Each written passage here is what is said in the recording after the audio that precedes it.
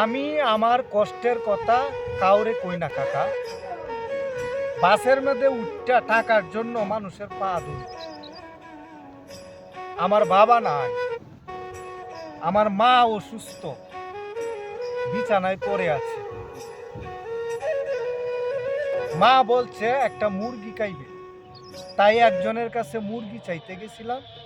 আমারে চোয়ার মারছে কাকা। কই যামু কাকা, কার কাছে বলবো কাকা?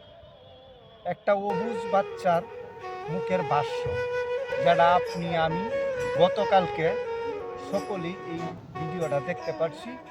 এই ছেলেটার কথাগুলি শুনলেই বোঝা যায় বাস্তব জীবন আসলেই কতটুকু কঠিন। আসুন আপনারা আমরা সকলেই গরিব দুঃখী অসহায় মানুষের পাশে দাঁড়াই। গরিব দুঃখীদেরকে দুমুঠু খাবার ব্যবস্থা করে দিই। কেউ কোনোদিন কোনো অসহায় বাচ্চার উপর হাত না তুলি, তাদেরকে ফিরিয়ে না দিই। ধন্যবাদ। দোয়া করি এই ছেলেটি